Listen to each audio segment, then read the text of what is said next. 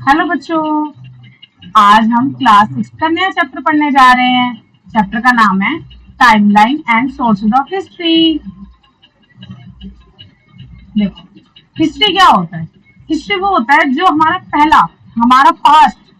History का मतलब क्या होता है? इतिहास, मतलब पहले की बातें सारी। ठीक है, पास्ट के बारे में जब हम पढ़ते हैं। ठीक, पास्ट भी कोई ऐसा नहीं कि हमारा कल परसों, बहुत पुराना वाला पास्ट कि हाँ हमने कैसे एकदम बिल्कुल एकदम स्टार्टिंग पे जाएंगे हम कि कैसे एक इंसान का जन्म हुआ, कैसे इतने सारे इंसान हुए, कैसे जानवर आया कोई, ठीक है, और कैसे हमारी अर्थ आई जिसपे हम रह रहे हैं सारे लोग, तो सबके बारे में पढ़ना। This is called history. ठीक, अब देखो, अभी तो हम इस टाइम पे चल रहे हैं, बिल्कुल ही आगे वाले टाइम पे। देखो, पहले हमारा अर्थ बना, फिर हमारे पे सेल आए, फिर हमारे कैसे ये आया, फिर कैसे बैक्टीरियाज आए, फिर स्पंजी आए, ये आए, मतलब कितने सारे लोग आए। क्या आए सारे? आप लोग के हिसाब से तो आप बस ये सोच सकते हो सारे अलग अलग तरह के एनिमल्स हैं। फिर डायनासोर भी आया था, फिर हमारे बर्ड्स आए, मैमल्स आए, फ्लावर्स आए, फिर पैरामिड्स आए, फिर फायर आई, फिर आग आई, फिर हम होमो सैपियंस आए, हमारा दूसरा वाला वर्जन। फिर हमारा ये राइटिंग वाइटिंग स्टार्ट हो गई यहाँ से। ठीक, तो बहुत साल पहले की बात है, ऐसे करके हम हिस्ट्री पढ़ सकते हैं। ठीक, चलो अब देखो बेटा, हमारी जो अर्थ है, अर्थ पता है ना सबको, पृथ्वी, इसमें हम रहते हैं।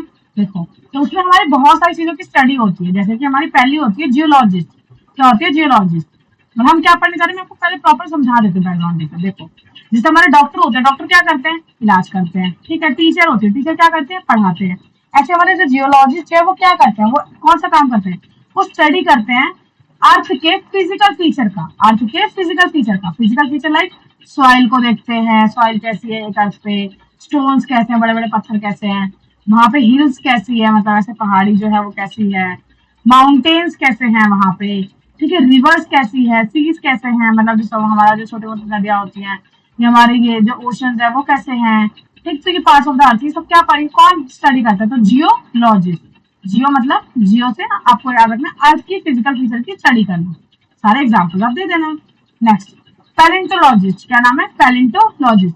पैलेंटोलॉजिस्ट मतलब वो होता है जो हमारे बहुत जो प्लांट्स होते हैं, एनिमल्स होते हैं, इनके जो रिमेन्स को स्टडी करता है। जैसे मान लो आपको कोई बहुत ऐसा सड़ा गला सा प्लांट मिला है, कोई बहुत साल पुराना, ठीक है, तो वो कौन देखेगा? पैलेंटोलॉजिस्ट।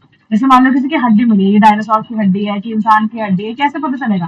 तो ये देखेगा पैलेंटोलॉजिस्ट। इसके रिमेन्स के ऊपर जो देखेगा वो कौन देखेगा? पैलेंटोलॉजिस्ट।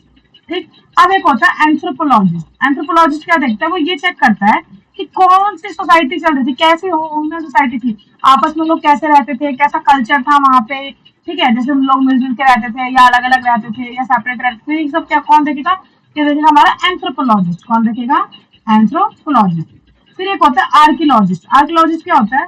वो सब कुछ देखता है, वो ओवरऑल देखता है, study the past, digging up the remains of people, लोगों का भी, प्लांट्स का भी और एनिमल्स का भी, जो भी बच कुछ गया है, जो भी चीजें हैं, उसको हम क्या बोलते हैं? आर्कियोलॉजिस्ट बोलते हैं। जैसे ये देख रहे हैं, ये देख रहे हैं, ये देख रहे हैं, क्या है? ये आर्कियोलॉजिस्ट। ठीक, ये देखो, ये जियोलॉजिस्ट है, ये हमारे पैलेंटोलॉजिस्ट थे जो रिमेन्स को देख रहे थे, ये हमारे एंथ्रोपोलॉजिस्ट थे।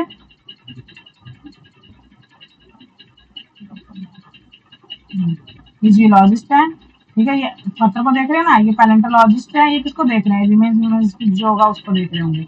ये सोसाइटी को देख रहे हैं कि लोग आपस में कैसे रिलेशन बना के रहते थे, कैसे रहते थे सोसाइटी में, ग्रुप था कि अकेले रहते थे, कैसे था। आर्कियोलॉजिस्ट का जो भी बचा कुछ जो भी सब चीजें वो सब कौन देख रहा है? हमारा आर्कियोलॉजिस्ट देख रहा है। अब टाइम बेटा कैसे मेजर किया जाता है हमारी हिस्ट्री में? ठीक है, तो हम पहले मैं आपको बता दूं कि हमारा कौन सा कैलेंडर फॉलो होता है? ग्रिगोरियन कैलेंडर फॉलो होता है। ठीक है, और जो हमारा पूरा जो टाइम है वो किसके बेसिस पे रखा गया? वो हमने एक बर्थ के बेसिस पे रखा गया, birth of an important person. ठीक, और वो पर्सन कौन है? तो वो हम देखा जाए तो हम जीसस के नाम पे देखते हैं। ठीक, अब देखो बेटा, ग्रिगोरियन कैलेंडर जो है वो पूरा वर्ल्ड वाइड चलता है, साइड बाय साइड चलता है, हिंदू भी यूज कर रहे हैं, मुस्लिम भी, ज्यूज भी। सॉरी, ग्रिगोरियन कैलेंडर, इसके साथ साथ और भी कैलेंडर चल रहे होते हैं, जैसे कि Hindu calendar, Muslim calendar, Jews calendar, Chinese calendar और अदर कैलेंडर भी होते हैं अपने फेस्टिवल्स के हिसाब से। देखो, अब आपने देखा है ना कि एक साल दिवाली एक दिन, मतलब मान लो जैसे 10 तारीख को दिवाली, अगले साल 10 तारीख को नहीं होती। क्यों नहीं होती? क्योंकि हमारे तो साल में एक बार दिवाली आनी चाहिए, तो सेम डे पे आनी चाहिए, जैसे आपका बर्थडे सेम डे पे आता है। लेकिन नहीं, ऐसा नहीं होता, क्योंकि हम अपने कैलेंडर फॉलो कर रहे होते हैं, हम हिंदू कैलेंडर फॉलो कर रहे होते हैं। सेम मुस्लिम जो होते हैं उनकी भी ईद साल में एक बार आनी चाहिए, लेकिन उनकी भी कैसे आती है? मतलब साल में 2 बार जो ईद आनी चाहिए उनकी सेम डेट पे आनी चाहिए, लेकिन उनका वो भी अलग कैलेंडर यूज कर रहे होते हैं। वो अपना मुस्लिम कैलेंडर देखते हैं अपनी ईद के लिए, और लेकिन हम उसको किससे मैच कर रहे होते हैं, हमसे ग्रिगोरियन कैलेंडर से मैच कर रहे होते हैं। ग्रिगोरियन कैलेंडर जो हमारा 1 जनवरी से लेकर ये क्या बोलते हैं 31 दिसंबर तक जो चल रहा होता है उसको हम ग्रिगोरियन कैलेंडर बोल रहे हैं, जिसको हमने प्रॉपर हम जो चला रहे हैं, ठीक। लेकिन हमारे जो डेट्स और फेस्टिवल्स है वो तो अपने हमारे कैलेंडर के हिसाब से आ रहे होते हैं, इसलिए ये वाले डेट्स और ये वाले डेट्स हमारे थोड़े ऊपर नीचे हो जाते हैं, इसलिए हमारा जो डेट्स होती है वो दोनों क्या होती है, वो अलग अलग होती है, ठीक। अब देखो बेटा, मैंने अभी आपको बताया कि जो हमारा पूरा टाइम पीरियड है वो हम किससे स्टडी कर रहे हैं, वो हम कर रहे हैं किसी एक इंपॉर्टेंट पर्सन की बर्थ से। वो इंपॉर्टेंट पर्सन है कौन, तो वो है जीसस क्रिस्ट। कौन है, जीसस क्रिस्ट। इनके बर्थ से हम देखा जाता है, देखो जब इनका बर्थ हो गया था तो उसके बाद से हम जो यूज करते हैं वो एडी यूज करते हैं टाइम पीरियड के आगे। कौन से यूज करते हैं, AD, an abbreviation for the Latin phrase that refers to the years after the Jesus birth. Jesus के बर्थ के बाद करेंगे तो आफ्टर ये एडी, जीसस के बर्थ के बाद। और इसको अब आजकल हम पहले एडी देते थे, अब आजकल कैसे लिखते हैं, आजकल इसको सीई लिख देते हैं, कॉमन एरा। कैसे लिख देते हैं, सीई कॉमन एरा। जैसे 1947 की लड़ाई या 1947 में हम आजाद हुए थे, तो देखो उसके आगे क्या लगा सकते हो आप, एडी भी लगा सकते हो और सीई भी लगा सकते हो। अभी भी आप 2025 में रह रहे हो तो 2025 के साथ भी आप क्या लगा सकते हो, सीई लगा सकते हो, ठीक। अब देखो बेटा, तो ये जो बर्थ हुआ उसके बाद का टाइम पीरियड ऐसे स्टार्ट हुआ, और बर्थ से पहले कौन सा टाइम क्या लिखते होंगे, जीसस के बर्थ से पहले, तो उनके बर्थ से पहले हम लिखते थे बीसी, बिफोर क्रिस्ट, क्रिस्ट आने से पहले। और इसमें क्या होता है बेटा, उल्टी गिनती चलती है, यहाँ पे लिखा है ना आर काउंटेड बैकवर्ड, उल्टी गिनती चलती है। कैसे चलती है बताती हूँ मैं आपको। यहाँ पे उल्टी गिनती चलती है और इसको हम क्या लिखते हैं, बीसी लिखते हैं। और बीसी को अब हम आज के डेट में एक और नया नाम क्या मिल गया इसको, बीसीई, बिफोर कॉमन एरा। ये कॉमन एरा था और ये बिफोर कॉमन एरा के आगे बीसीई लगा दिया, ठीक। जैसे कि 560 बीसीई जो था वो हमारा बर्थ ईयर था हमारा महात्मा बुद्धा का, ठीक। अब देखो, जैसे मैं आपको ये दिखाती हूँ, देखो यहाँ पे जीसस का बर्थ हुआ है, ठीक। अब इसके आगे का टाइम पीरियड जो चल रहा है वो तो सीधा चलेगा, यहाँ इसके बाद आएगा 1 2 3 4 और सबके आगे सीई लगा होगा, तो सीधी काउंटिंग चल रही है। लेकिन इस जीसस के बर्थ से पहले जो भी चल रहा था तो ये ऐसे काउंटिंग आएगी, पर इधर 1 इधर 2 इधर 3 इधर 4 इधर 5, ऐसे। जैसे ये 2000 है, 4000 है, 6000, तो क्या आएगा, किसी का बर्थ इधर हुआ है, इधर हुआ है, वो यहाँ से देखेगा पहले, मतलब अगर जैसे जिसका वर्क इस वाले ए फेज में हुआ है तो उसके लिए पहले वो कौन सा ईयर देखेगा, वो पहले 8000 देखेगा, फिर 700 मतलब 6000 देखेगा। उल्टी गिनती चल रही होगी यहाँ पे सीधी गिनती चल रही होती है आफ्टर द बर्थ, और यहाँ पे हमारी उल्टी गिनती चल रही होती है, मतलब 4000 पहले आ जाएगा, 2000 बाद में आएगा, ठीक। अब देखो, अब हमने क्या किया, यहाँ पे थोड़ा सा अपना टाइम पीरियड देख लिया। देखो जीसस से पहले हमारा 2020 के आसपास कैसा होता है, हमारा हिंदू सिविलाइजेशन चल रही थी हमारी, हड़प्पा सिविलाइजेशन भी बोलते हैं इसको। इससे पहले हमने कॉपर देखा था, इससे पहले हमारा मेसोपोटामिया, ये सब चीजें। तो सारा बस आपको मेन ये याद रखना है कि यहाँ पे हमारी उल्टी गिनती चलती है और यहाँ पे हमारी सीधी गिनती चलती है, ठीक। अब देखो टाइमलाइन। टाइमलाइन क्या होता है, टाइमलाइन एक ऐसा कन्वीनियंट टूल होता है जो हमें मार्क करते हैं हम जैसे events. It shows the sequence of the dates, proper sequence बता पाता है डेट्स कैसे क्या रहेगी। जैसे ये भी हमारे यहाँ क्या पढ़ा, ये एक तरह की टाइमलाइन है, 3 लाख बीसी से लेकर आज तक का टाइम पीरियड हमारा कैसे कैसे मेन इवेंट्स जो है कैसे कैसे हुए, दिस इज पर टाइमलाइन, ठीक। ये बोल रहा है कि टूल है जिससे हम सीक्वेंस ऑफ डेट्स पता कर पाते हैं events covering the particular period पे, कि इस पीरियड पे क्या हुआ था। जैसे मैंने यहाँ पे आपको बताया कि देखो इस पीरियड पे आपका ये जो वर्ल्ड का फास्टेस्ट सिटी मेसोपोटामिया आई थी, इस टाइम पे कॉपर मेटलर्जी का ब्रेनिंग हुई थी, यहाँ पे हमारी इंडस वाली सिविलाइजेशन आई थी, यहाँ पे जीसस का बर्थ हुआ था, यहाँ बुद्धा का बर्थ हुआ था, और वी आर हियर, हम यहाँ पे है, ठीक। अभी टाइमलाइन जो है वो हेल्प करता है अंडरस्टैंड करने में the order in with the exploring society India and the beyond tapestry of the past 64 historical events takes place, ठीक। बहुत सारे यहाँ पे इवेंट्स हैं, उन सबको देखने में समझने में कौन हेल्प करता है, हमारा टाइमलाइन, ठीक। अब देखो बेटा, 2 वर्ड्स होते हैं, एक होता है हमारा सेंचुरी, एक होता है मिलीनियम। सेंचुरी कितने साल होते हैं, सेंचुरी का मतलब होता है 100 ईयर्स का एक पीरियड, जो 100 ईयर्स का पूरा जो एक पीरियड होगा दिस इज कॉल्ड सेंचुरी। क्या होगा, सेंचुरी। और जब 1000 ईयर्स का एक पीरियड होगा तो दिस इज कॉल्ड मिलीनियम। क्या होगा उसका, मिलीनियम। अब देखो जो सेंचुरी रेस वो कैसे चलेगी, वो चलेगी आपकी 2001 से लेकर 2100 तक। तो ये क्या है, 21st सेंचुरी। हमेशा जो है पीछे वाला जो होता है ना, जो खत्म हो रहा होता है उसके हिसाब से पढ़ते हैं। जैसे अभी हम 2025 में जी रहे हैं लेकिन 2025 लिखते हैं, लेकिन 20 जो आगे का जो 20 है उसका एक प्लस कर देंगे तो हम क्या बोलते हैं, 21st सेंचुरी में जी रहे हैं। और एक होता है मिलीनियम। मिलीनियम का मतलब होता है 1000 ईयर का जो पीरियड होता है, जैसे 2001 से लेकर हमारा 3003 तक, ठीक। तो ये हमारा क्या पड़ता है, मिलीनियम। और एक होता है डेकेड, ठीक। डेकेड मतलब होता है जब 10 साल का टाइम पीरियड होता है, ठीक। अब देखो हमारे सोर्सेज ऑफ हिस्ट्री कहाँ से क्या पता चला है, सोर्सेज होते क्या है, सोर्सेज मतलब हमें मतलब हिस्ट्री के बारे में कैसे पता चला है। जैसे हमारे माइंड में क्वेश्चन आता है ना कि हमें इतिहास के बारे में कैसे पता चला। जैसे मान लो कि आपने कल क्या खाया, ये तो आपको याद ही होगा, और नहीं होगा तो आप मम्मा से पूछ सकते हो। आपके बचपन में कैसे आप कैसे क्या खाते थे क्या पीते थे वो आप अपनी मम्मी से पूछ सकते हो। लेकिन आपके बर्थ से पहले क्या हुआ था उसके बारे में आपको पता ही नहीं होगा, उससे पहले कभी क्या होगा कुछ पता ही नहीं होगा। तो उसके बारे में आपको कैसे कौन कौन बता सकता है, देखो या तो आपके पेरेंट्स बता सकते हैं, तो उनसे आपको पता चल जाता है, पर्सन से पता चल जाता है, कोई चीज प्लेस से पता चल जाती है कि हाँ यहाँ पे ऐसा हुआ होगा, ऐसी चीज है। कोई कोई होता है टेक्स्ट में अगर कोई लिख के चला जाए, जैसे मान लो आज आप लिख के चले जाओ तो आपके आने वाले टाइम पे लोगों को मिलेगा। जैसे आपको भी मिलता है अपने दादाजी का लिखा हुआ कोई लेटर, ठीक है, या फिर परदादाजी ने कुछ लिखा था तो उनका आपको अगर मिल जाता है तो वो क्या है, इससे भी आपको पता चलता है। जैसे अभी भी हम जो बुक्स पढ़ रहे हैं वो कैसे पढ़ पा रहे हैं, हमें कैसे पता चला 1947 में आजादी हुई थी, तो ये भी हमें इसलिए पता चला क्योंकि हम उस टाइम पे भी लिख के गए थे। ठीक, तो ये वाली चीज है कि इसके थ्रू भी पता चल जाती है। और ये सारी चीजें क्या करते हैं, हम गैदर करते हैं सारी इन्फॉर्मेशन। ठीक, तो देखो अब सोर्सेज ऑफ हिस्ट्री में हमारे बहुत तरीके से हम सोर्सेज पढ़ सकते हैं। देखो एक होता है ओरल सोर्सेज। ओरल सोर्सेज मतलब एक होता है जियोलॉजिकल। जियोलॉजिकल मतलब होता है जब आपके पेरेंट्स आपके वंशज आपको बता रहे हैं, जैसे आपकी मम्मी, आपके दादाजी, आपके पापा, ठीक है, आपकी नाना, तो ऐसे अगर कोई लोग बता रहे हैं तो जिस कॉल्ड जियोलॉजिकल। एक होता है फोक लेयर। इसका मतलब क्या होता है, जैसे मान लो आपको ऐसे कहानी के फॉर्म में अगर आप कोई चीज सुनते हो तो उसको क्या बोलते हैं, ओरल सोर्सेज। ठीक, अब देखो आर्कोलॉजिकल सोर्सेज कौन से होते हैं। आर्कोलॉजिकल सोर्सेज होते हैं आपके ये, जैसे कि आपके स्ट्रक्चर जैसे आपके बने हुए हैं, जैसे मान लो आपने अभी रेड फोर्ट बना हुआ देखा है तो मोन्यूमेंट्स उससे भी पता चल रहा है कि हाँ यहाँ पे कुछ हुआ है। और मोन्यूमेंट्स की वजह से भी चीजें बहुत सारी, जैसे ताजमहल है वो भी स्ट्रक्चर है, उससे भी आपको बहुत सारी हिस्ट्री के बारे में पता चलता है कि हाँ लोगों के पास पैसा था तो ऐसा बनवाया गया। माउंट जैसे वो जो मकबरे होते हैं जहाँ पे जब लोग की डेथ हो जाती है तो उसके आसपास भी कुछ लिखा होता है, चीजें होती है, उसके थ्रू आपको पता चल पाता है। ठीक, अब देखो एक होता है इंस्क्रिप्शन। इंस्क्रिप्शन के थ्रू भी आपको पता चलती है चीजें, जैसे कि आपकी हो गई मैन्युस्क्रिप्ट, ठीक है, मान लो लिखा हुआ है हाथ से कुछ लिखा हुआ आपको मिल गया, ठीक है। अगर कॉपर प्लेट्स पे वो हाथ से लिखा हुआ आपको अगर कॉपर प्लेट से मिल जाता है तो वो कॉपर प्लेट से मिल जाती है। कॉइन्स पे लिखा हुआ तो कॉइन से पता चलता है आपको हिस्ट्री के बारे में। तो सारी चीजें कैसे पता चलती है, इंस्क्रिप्शन के थ्रू। ठीक, उसके बाद है आपको एक्सकवेशन। एक्सकवेशन मतलब जब हम ढूंढ के कुछ निकालते हैं, ढूंढ के हमें कैसे पता चलता है, जैसे कि ह्यूमन और एनिमल और प्लांट के जो रिमेन्स होते हैं, जो उसके जो वेस्ट मटेरियल होता है उसके बारे में जैसे पता चलता है। टूल्स एंड वेपन्स की कैसे कैसे हमारे क्या क्या टूल्स यूज होते हैं इसके बारे में कैसे पता चलता है। फिगराइंस एंड ऑर्नामेंट्स की कैसे कैसे क्या हमारे क्या फिगराइंस मिल रहे हैं, कैसे कैसे पहले के जमाने के लोग कैसे कैसे क्या ऑर्नामेंट यूज करते थे, पत्थर कैसे उस टाइम पे किस तरह का होता था, पत्थर कितने नुकीले होते थे, उसकी वजह से भी आपको पता चलता है कि कैसे कहाँ टाइम पीरियड रहा होगा। पोट्री के थ्रू जैसे मान लो उस टाइम पे अगर किसी बच्चे ने ऐसे खेलते खेलते, जैसे अभी हम अगर आपको मिट्टी से खेलने के लिए दूंगी तो आप क्या बनाओगे, आप बिल्ली बनाओगे, चूहा बनाओगे। ऐसे उस टाइम पे जो पोट्री हुई होगी जिससे लोगों को पता चलता है कि हाँ उस टाइम पे बच्चे इस तरह के जो जानवर से खेल रहे थे, इसका मतलब उस टाइम पे वो जानवर रहे होंगे।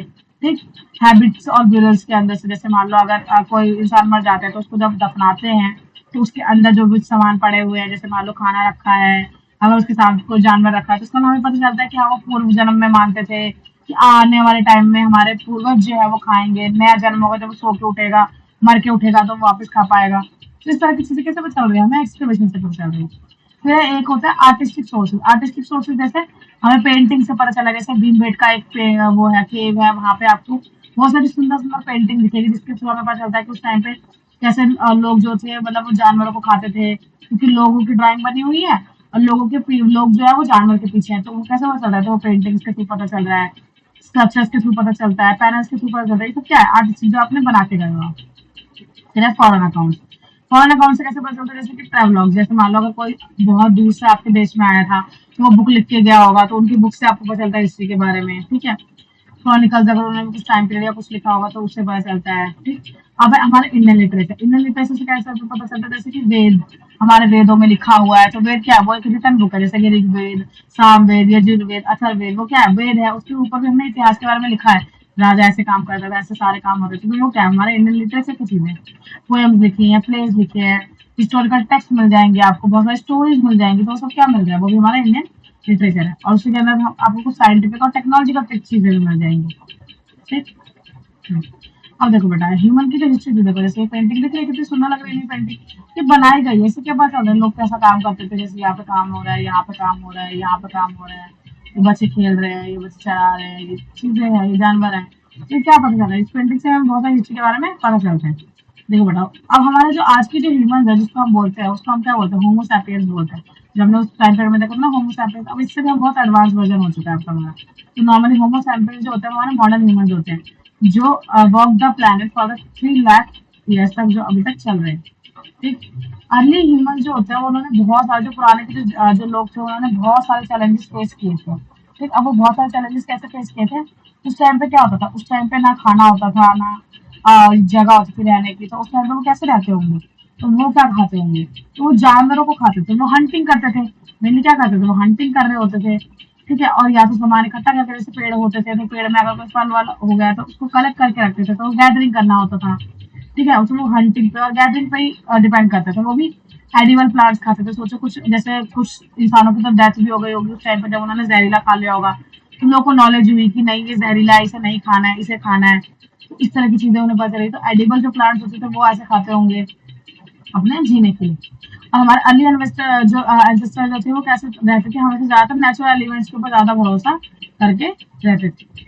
ठीक। अब देखो वो कहाँ पे रहते होंगे, तो वो ऐसे रॉक्स शेल्टर जो होते हैं उसके अंदर रहते होंगे। कैसे खाते होंगे, तो वो जब पहले तो ऐसे ही मार के डायरेक्ट खा लेते होंगे। बाद में जब आग, हमारी आग को भी खोल दिया गया, ठीक है, आग का पता चला जब वो रॉक्स ऐसे घिस के वो पका के खाने लगे होंगे। ठीक। और वो जानवर को मारते कैसे थे, तो वो उससे जो पत्थर होते थे उनसे वो मारते होंगे, तो उनको वो ब्लेड्स होते होंगे। ठीक। उसको शार्प किया गया होता है, वो स्टोन के जो एक्सिस जो ब्लेड उनके थ्रू वो मारते होंगे अपना जीवन यापन करने के लिए। ठीक। तो रॉक पेंटिंग, जैसे रॉक में रहते थे, जैसे अब आप अपने घर पे रहते हो तो आप कहाँ पेंटिंग कर देते हो, मम्मी आपको पेंटिंग के लिए आपको ड्राइंग फाइल दिखा दिलाती है, लेकिन आपने बचपन में कहाँ पेंटिंग करी होगी, आपने दीवारों पे वॉल पे आपने पेंटिंग करी होगी। तो इस तरीके से उस टाइम पे भी वो रॉक में रहते थे, तो उस टाइम पे तो कोई वो शीट ही नहीं थी कि वो शीट पे करते, तो वो लोगों ने कहाँ करी होगी पेंटिंग, इनकी दीवारों पे, जो कि अभी तक रखी मतलब दिखती है। क्योंकि वो जरूर ऐसी ऐसी किसी चीजों से, नेचुरल चीजों को यूज करके की गई है कि अभी तक उनकी कलर जो है वो इंटैक्ट है। बहुत सारी पेंटिंग आपको आज भी समझ में आ रही है। ठीक। अब देखो पहली बार किसी ने खेती भी करी होगी। अब देखो मैंने पहले बेटा बहुत पहले, अगर जब अर्थ जब बना था ना, अर्थ के उस टाइम पे ना बहुत ज्यादा कोल्ड थी अर्थ। तो उस टाइम पे लाइफ सस्टेन नहीं करती थी, बहुत कोल्ड थी। तो और उसी एज को जब पूरा चारों तरफ से बर्फ बर्फ थी, तो उसको हम आइस एज बोलते हैं। क्या बोलते हैं? Ice age. फिर धीरे धीरे गर्मी स्टार्ट हुई उसके बाद। अब गर्मी स्टार्ट हुई तो आइस मेल्ट होने लगे, जिसकी वजह से बहुत सारे पानी नदियां इस तरह की बहने लगी, और इसकी वजह से पूरा एक हमारा ओशन बन गया।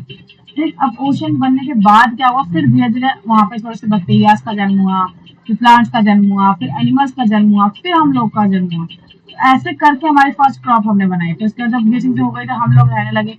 फिर हमारी एक पहली खेती हुई, फिर हम समझ में आए कि अच्छा ऐसी खेती होती है या ऐसी चीजें उग जाती है। फिर हमने उसकी बीज संभाल के रखी, फिर हमने भी खेती करी।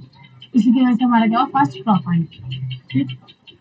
अब देखो तो मैं बोल रहा कि और जो मैंने लिविंग कंडीशन है ह्यूमंस के लिए, वो हर पार्ट में अलग अलग रही होगी। कि जैसे अब हमारे पास, जब हमने खेती करने लगे होंगे, तो हमने खेती करने में क्या उगाया होगा, हमने गेहूँ या चावल ये सब उगाया होगा उस टाइम पे स्टार्टिंग में।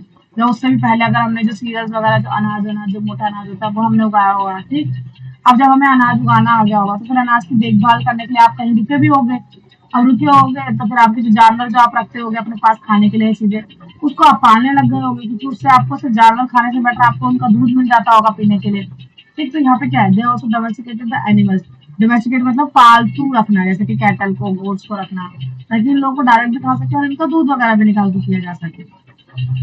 तो जैसे जैसे ज्यादा फूड अवेलेबल होने लगा होगा, तो फिर आप क्या कर रहा होगा, कम्युनिटी बन गई होगी। जैसे होता है ना, पहले एक ही इंसान रहता है, फिर धीरे धीरे जब खाना बचता है, चीजें होती है, तो लोग और आसपास एक को देख के दूसरा रहने लग जाता है। फिर ऐसे धीरे धीरे करके पूरा एरिया जो है वो बढ़ता रहता है। और ज्यादातर उस टाइम पे किसके पास आते थे लोग, रिवर के पास। उसका दो रीजन था, एक तो पीने वीने के लिए पानी अच्छी से आराम से पास में मिल जाता था, दूसरा ये जो सॉइल की मतलब सॉइल के ऊपर जो खेती करते थे वो क्या होता था, ज्यादा फर्टाइल होता था, वहाँ पे खेती करने में ज्यादा फायदा होता था। ठीक। तो it is made the process of the growing of easier. इसकी वजह से जो क्रॉप ग्रो हो रहे थे वो कैसा हो गया था, इजियर हो गया था। फिर हमारे जब भी जब आपको खाना मिल रहा है, पानी मिल रहा है, एक सेटलमेंट मिल रही है, चीजें हो रही है, तो क्या हो रहा है, पूरी कम्युनिटी भी ग्रो होने लग जाती है। पहले एक बंदा, फिर दूसरा बंदा, फिर तीसरा बंदा, फिर चौथा बंदा, ऐसे करके पूरी सोसाइटी बन जाती है। ठीक। तो उसकी वजह से सोसाइटी बन जाती है, तो उसमें कोई लीडर भी बन जाता है, उस लीडर को हम चिएफ भी बोलते हैं। ये रिस्पॉन्सिबल होते हैं इनका ध्यान रखने के लिए। जैसे आज के टाइम पे हमारे नेता लोग होते हैं, ठीक है, हमारे प्रेसिडेंट है, प्राइम मिनिस्टर, वो क्या करते हैं, वो लोग का ध्यान रखते हैं, कंट्री का ध्यान रखते हैं। इस टाइम पे लीडर्स वगैरह आ जाते हैं, जो well being of the people का ध्यान रखते हैं। एवरीवन जो होता है वो collectively work towards the community welfare के उस पर वर्क करते हैं। अब देखो तो धीरे धीरे जैसे जब बहुत सारे कम्युनिटी ऐसे इकट्ठे होने लगी, तो दो चार मतलब ऐसे लोग इकट्ठे होने लगे, और वो एक विलेज से छोटे आ गए, तो उनको क्या कहा जाने लगा, उनको हैमलेट कहा जाने लगा। क्या कहा जाने लगा? हैमलेट। मतलब छोटे छोटे गाँव से भी छोटा पार्ट है। और जब वो हेमलेट्स और भी मल्टीप्लाई होते होते पूरा और ज्यादा लोग आने लगे, उसको क्या कहा जाने लगा, उसको हमने विलेज कहना स्टार्ट कर दिया। और मोस्टली वहां पे हम क्या करते हैं, हम मोस्टली फूड एक्सचेंज करते हैं, क्लोथिंग करते हैं, टूल्स वगैरह यूज करते हैं। ठीक, ये सब चीजें हमारी हुई। बस आज के लिए बस इतना ही। प्लीज बच्चों, like, share and subscribe my channel. ठीक है, और किसी को कोई भी डाउट हो तो वो अपना कमेंट सेक्शन में पूछ सकता है। ठीक, और क्या बोलते हैं, मैं ना क्वेश्चंस भी इसके लेके आऊंगी, एमसीक्यू क्वेश्चंस और चीजें, ताकि आप चेक कर सको कि आपको कितना समझ में आया, कितना समझ में नहीं आया। ठीक, तो क्वेश्चंस का भी सबको देखनी है, क्वेश्चंस की वीडियो शॉर्ट वीडियोस में डालूंगी, क्वेश्चन सबको देखने हैं। ठीक, क्वेश्चन देखने के बाद इसके आंसर भी बताने हैं कि कैसे, क्या सही और क्या गलत है। ठीक, ठीक है बच्चों, बाय बाय। और नीचे सब अपना स्कोर लिख देना, और कोई डाउट हो तो कमेंट सेक्शन में आके बता देना। ठीक है, बाय बाय।